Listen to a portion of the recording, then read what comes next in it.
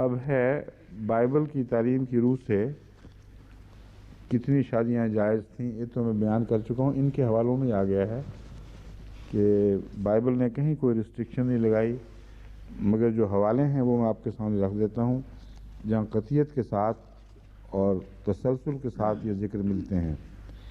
پیدائش باب 16 آیت 3، پیدائش باب 26 آیت 34، پیدائش باب 28 آیت 8 و 9، پیدائش باب 29 آیت 23 تا 30، پیدائش باب 30 آیت 4، پیدائش باب 30 آیت 9، 1 سموئیل باب 25 آیت 40، 1 سموئیل باب 25 آیت 43، 1 سموئیل باب 27 آیت 3، 2 سموئیل باب 5 آیت 13، 2 سموئیل باب 11 آیت 27، 1 تواریخ یعنی کرونیکلز جس کو انگریزی میں کہتے ہیں باب 3 آیت 1 تا 4، اور 1 تواریخ باب 14 آیت 3، اور سلاطین کنگز جس کا میں پہلے بھی ذکر کر چکا ہوں 1 سلاطین باب 11 آیت 1 اور 1 سلاطین باب 11 آیت 3. یہ حوالے ہیں، اگر کسی نے مزید دیکھنا ہو تو تعدد ازدواج کا ذکر یا تعدد ازواج کا ذکر ان حوالوں میں ملتا ہے.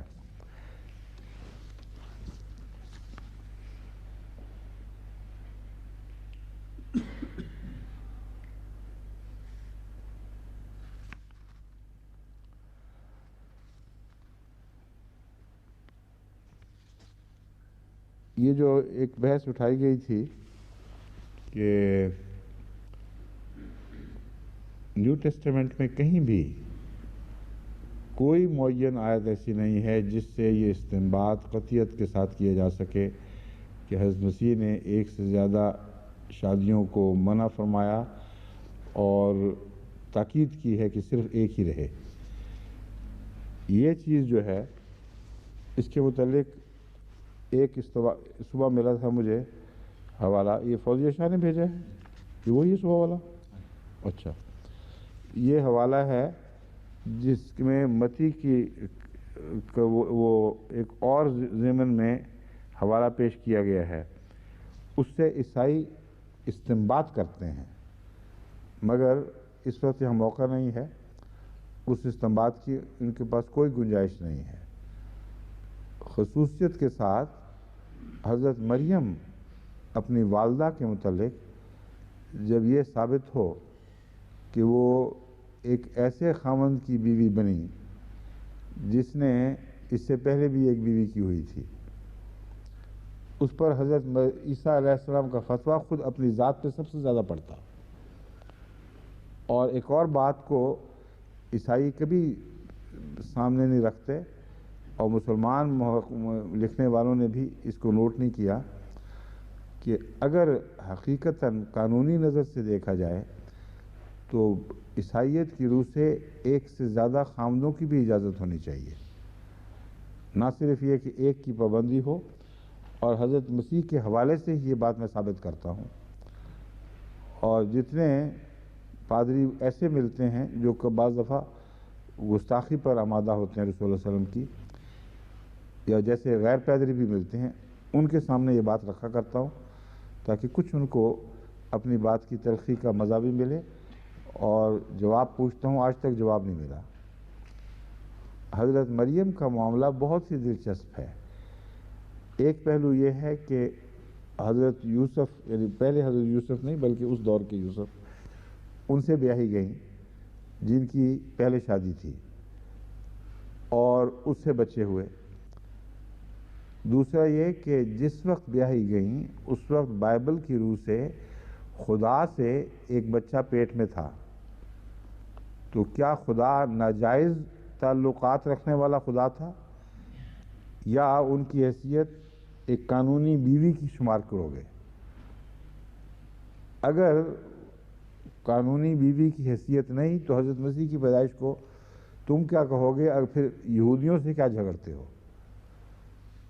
پھر تمہارا اپنا یہ موقف ہو جائے گا کہ یہ تو چلتا ہے مذہب میں، کوئی حرج نہیں۔ اور اگر حضرت مسیح کی والدہ خدا کی بیوی نہیں تھی تو پھر بچے کی کیا حیثیت ہے؟ یہ جو مضمون ہے یہ کوئی فرضی بات نہیں، قرآن کریم نے وضاحت کے ساتھ اس کو اٹھایا ہے اور اسی سے میری توجہ اس طرف گئی تھی۔ قرآن کریم میں فرماتا ہے وَأَنَّا بدیع السماوات والارض انا ولم تکن لہ، اب اس سے پہلے آیت کے ٹکڑا کیا ہے وہ یاد تو ہے روزانہ مگر اچانک توجہ پھیرنے کی وجہ سے بدل گئی، ذہن سے اتر گئی ہے۔ انا یکون لہ ولد، انا یکون لہ ولد ولم تکن لہ صاحبہ، یہاں صاحبہ واضح طور پر بیوی کے معنوں میں ہے کہ اس کا بیٹا ہو کیسے سکتا ہے جبکہ اس کی بیوی کوئی نہیں تھی۔ بس اگر بیٹا تھا تو مریم اس کی بیوی تھی، کیونکہ خدا کی طرف ناجائز تعلقات ویسے ہی منسوب نہیں ہو سکتے کیونکہ نوع ہی ایسی الگ، یعنی کسی قیمت پر انسانی ذہن کے کسی گوشے میں بھی یہ تصور نہیں آ سکتا کہ اللہ تعالیٰ کسی سے شادی کرے، لیکن عیسائیوں کو اس بات کی سمجھ نہیں آ رہی۔ ان کو سمجھانے کے لیے اللہ تعالیٰ نے ایک بہت ہی پیارا نقطہ بیان فرمایا ہے کہ اس خدا کا بیٹا ہو کیسے سکتا ہے جبکہ اس کی بیوی نہ ہو۔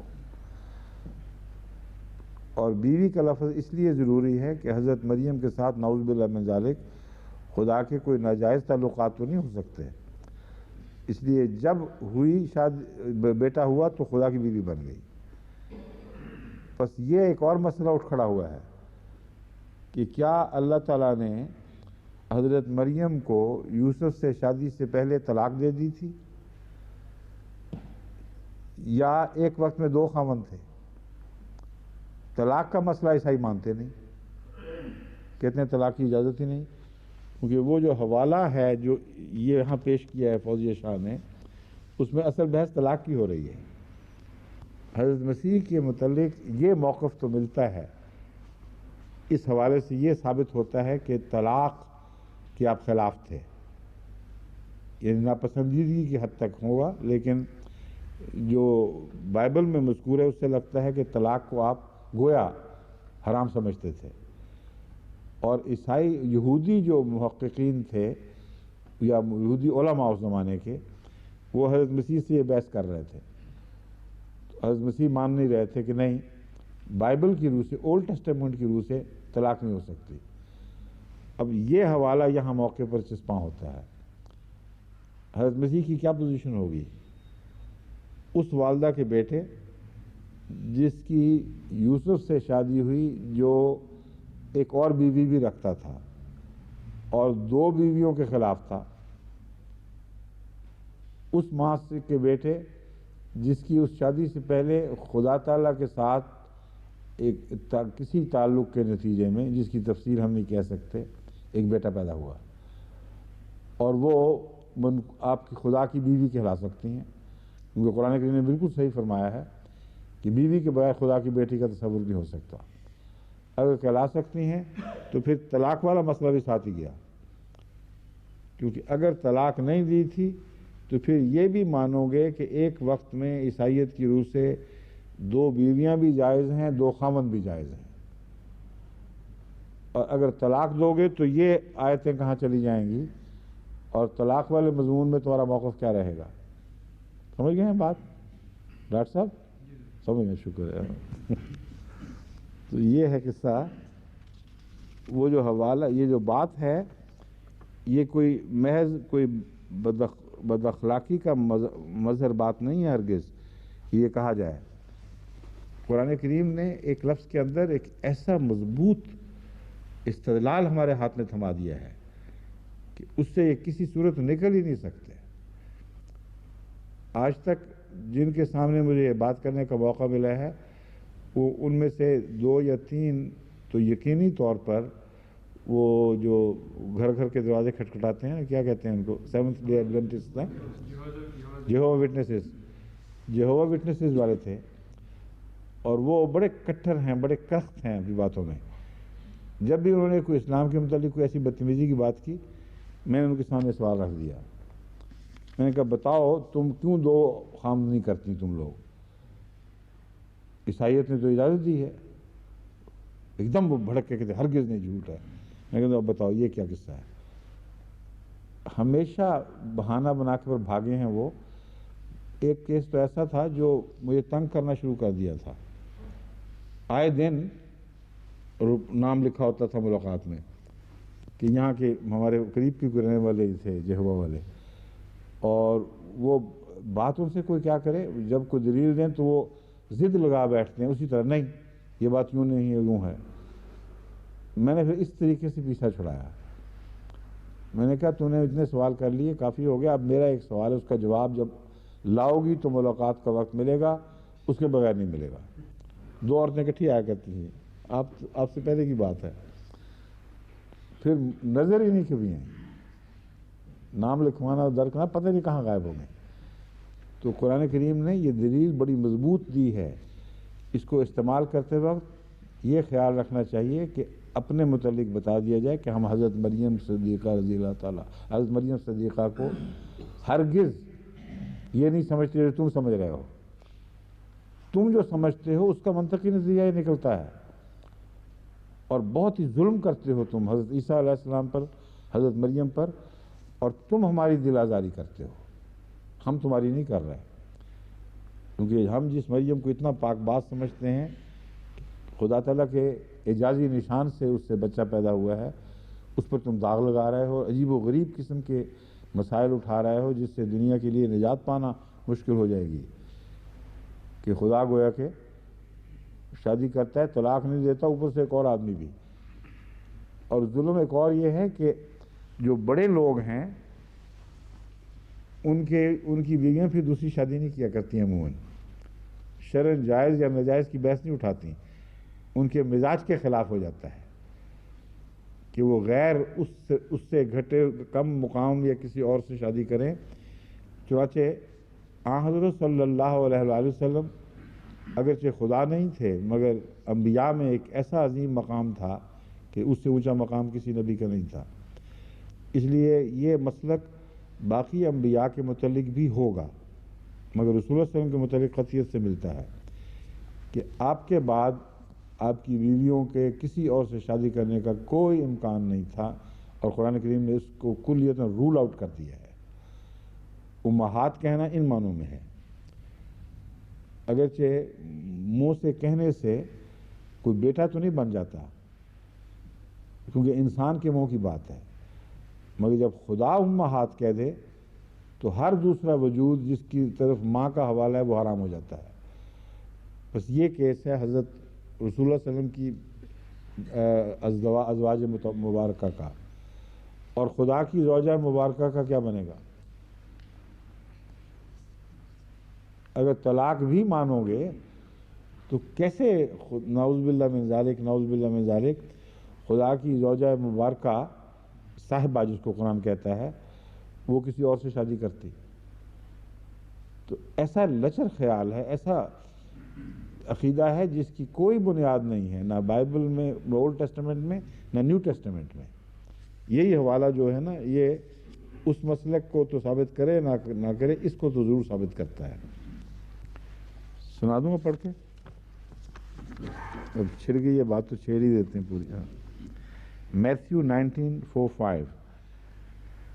جہاں تک ہمارے تحقیق کے گروہ نے کوشش کی ہے اس آیت کی تلاش میں جس کو عیسائی حضرت عیسیٰ کی طرف ان معنوں میں منسوب کرتے ہیں کہ آپ نے قطعیت کے ساتھ ایک سے زیادہ شادیوں سے منع فرمایا، یہ بحث تھی. اس سے پہلے میں کروا چکا ہوں تحقیق. اس وقت تو کوئی ایسی معین آیت ساتھ نہیں آئی تھی. ایک آئی تھی جو مشکوک تھی، یعنی اس سے استنباط کئی قسم کے ہو سکتے ہیں. جو عیسائی مصنف بوزورتھ نے لکھا ہے اس نے بالکل یہی بات لکھی ہے. وہ کہتا ہے کہ ہرگز کوئی ایک آیت بھی ایسی نہیں جس کو قطعیت کے ساتھ ایک سے زیادہ شادیوں کے خلاف استعمال کیا جا سکتا ہو. کہتا ہے 20 جو ہیں گاسپلز ان میں اس کا کوئی حوالہ نہیں ملتا.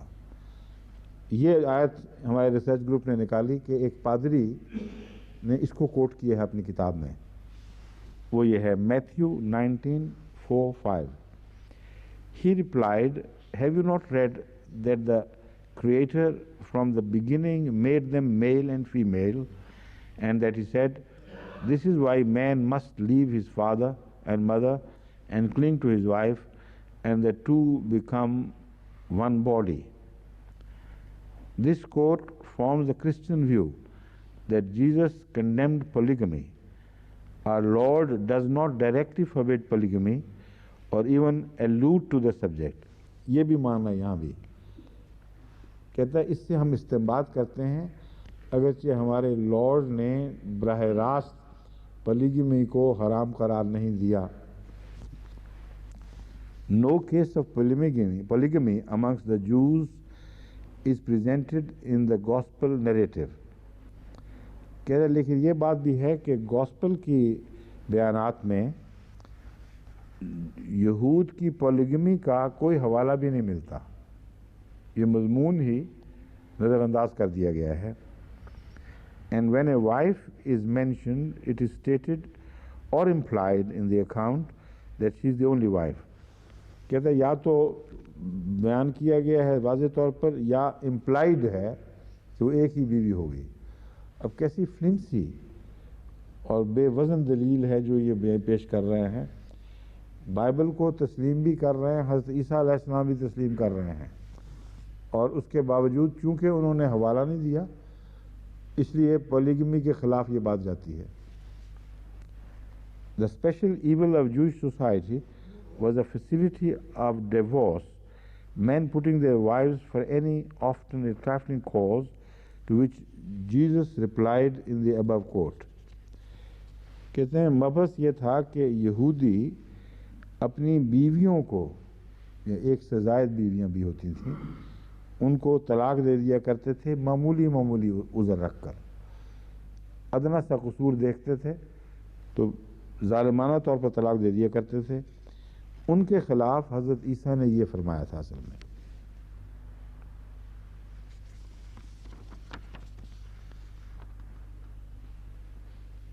اب دیکھیں حضرت عیسیٰ علیہ السلام کی بحث تو یہود سے صرف یہ چل رہی تھی کہ تم چھوٹی چھوٹی باتوں پہ طلاق دے دیتے ہو اور اس کا تمہارے پاس کوئی جواز نہیں ہے. اس بات کو بھول جاتے ہو جو بائبل میں آغاز ہی میں لکھی ہوئی ہے کہ خدا نے مرد کو عورت کا جز بنایا اور وہ ہمیشگی کا ساتھ ظاہر کرنے والا محاورہ ہے. یہ ہے استنباط. یہ حضرت آدم کے ذکر سے بات چلی ہے, اس سے ایک نصیحت کے رنگ میں یہ بات سمجھ آ جاتی ہے کہ ایسے واضح طور پر ایک ایسا طرز بیان ہے جو معلوم ہوتا ہے کہ زندگی کا ساتھ ہے, اور یہی مضمون اسلام میں بھی ملتا ہے. قرآن حضرت صلی اللہ علیہ وسلم فرماتے ہیں کہ خدا کو جتنے بھی حلال ہیں ان میں سب سے زیادہ ناپسند طلاق ہے, اس لیے جلد بازی نہ کیا کرو. اور یہی وہ نصیحت تھی جو حضرت مسیح یہود کو اس زمانے میں فرما رہے تھے کہ تم نے تو طلاق کا مذاق بنا لیا ہے, بائبل کی اس تعلیم کی طرف توجہ کو نہیں کرتے, جس سے یوں لگتا ہے جیسے زندگی بھر کا ساتھ ہے. اسی لیے لائف کمپینین, رفیقہ حیات, یہ القاب ملتے ہیں بیوی کے لیے مختلف زبانوں میں. اس سے آگے اس کو کھینچ کر ایک بیوی پر محدود کرنے کا کوئی جواز نہیں ہے, کیونکہ جس بائبل کو حضرت عیسیٰ علیہ السلام تسلیم کر کے پیش کرتے ہیں اسی بائبل میں اسی جگہ سے پھر آگے ایک سے زائد بیویوں کے تذکرے شروع ہو جاتے ہیں اور مسلسل آگے بڑھتے چلے جاتے ہیں. بڑے بڑے عظیم انبیاء جن کے متعلق رسول حضرت مسیح کی طرف کسی قسم کا سخت کلمہ کوئی عیسائی بھی منسوب نہیں کر سکتا, حضرت ابراہیم, حضرت اسحاق, حضرت یعقوب، اسماعیل کو چھوڑ بھی دو تو یہ ساری وہ نسل ہے جو ایک سے زائد شادیاں کرتی چلی آئی ہے۔ بس ان کا یہ کہنا ہے عیسائیوں کا کہ چونکہ ان کا ذکر نہیں فرمایا جنہوں نے زیادہ شادیاں کی ہیں، اس سے ثابت ہوتا ہے کہ مسیح ایک شادی کے قائل تھے۔ نہایت ہی لغو اور بودھا خیال ہے۔ بس حضرت مسیح موعود علیہ السلام کا یہ بیان قطعی ہے، اور تمام مذاہب پر نظر ڈال کر آپ نے فرمایا ہے کہ دنیا کی کسی الہی کتاب میں تعدد ازدواج پر تم کہیں کوئی پابندی نہیں دیکھو گے سوائے قرآن کریم کے، اور یہ قرآن کا ایک امتیازی نشان ہے، اور اللہ کی شان ہے کہ وہ کتاب ہمیں عطا ہوئی جو ہر پہلو سے ہر مضمون میں بالا رہتی ہے۔ استثناء کے حوالے سے پولیگمی ریفرنسز جو ہیں وہ میں آپ کو بتاتا ہوں۔ ایک اور استثناء کا حوالہ ہے،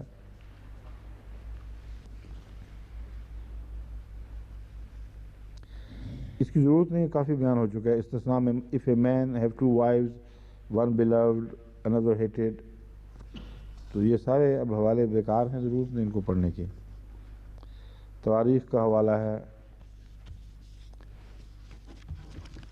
یہ اٹھا لیں۔ اب آخر پر میں ایک ایسی بات آپ کے سامنے رکھتا ہوں جو اس نے اٹھائی ہے، ویری نے، اور بڑے ظالمانہ طور پر یہ کہا ہے کہ بد اخلاقی کی تاریخ میں اور بے حیائی کی تاریخ میں ان ممالک سے زیادہ بے حیا اور بد اخلاق اور نفسانی بے راہ روی میں مبتلا آپ کو نظر نہیں آئیں گے جن پر مسلمانوں نے حکومت کی ہو یا جن ملکوں میں مسلمان راج رہا ہو۔ وہ اس تاریخ میں سب دنیا کو پیچھے چھوڑ جاتے ہیں۔ یہ ایسا بے حیائی کا کلام ہے، اتنا بڑا جھوٹ ہے کہ تمام تاریخ کے حوالے سے اس کو قطعی طور پر جھوٹا، لغو، بیہودہ الزام ثابت کیا جا سکتا ہے، اور معاملہ اس کے برعکس ہے۔ معاملہ اس کے برعکس صرف عیسائی ملکوں کے لحاظ سے نہیں، ہندو ملکوں کے لحاظ سے بھی، بدھسٹ ملکوں کے لحاظ سے بھی، جو غیر مذہبی ممالک ہیں جن میں کوئی مذہب نہیں چلتا، یعنی پیگنز ہیں، ان میں بھی یہی بات ہے۔ ہر دنیا کا انسان جو اسلام کی تعلیم سے باہر زندگی بسر کر رہا ہے، وہ پاکیزگی، صفائی اور ازدواجی تعلقات کی پاکیزگی اور عورتوں سے تعلقات کے تعلق میں اسلام سے بہتر نمونہ کہیں نہیں دکھا سکا، نہ دکھا سکا، نہ دکھا سکتا ہے۔ یہ کچھ حوالے ہیں جو میں انشاءاللہ کل آپ کے سامنے رکھوں گا۔ اس میں کچھ کلیسا کے بھی حوالے ہیں۔ اب اس نے ویری نے مجھے مجبور کیا ہے کہ یہ آپ کے سامنے رکھوں۔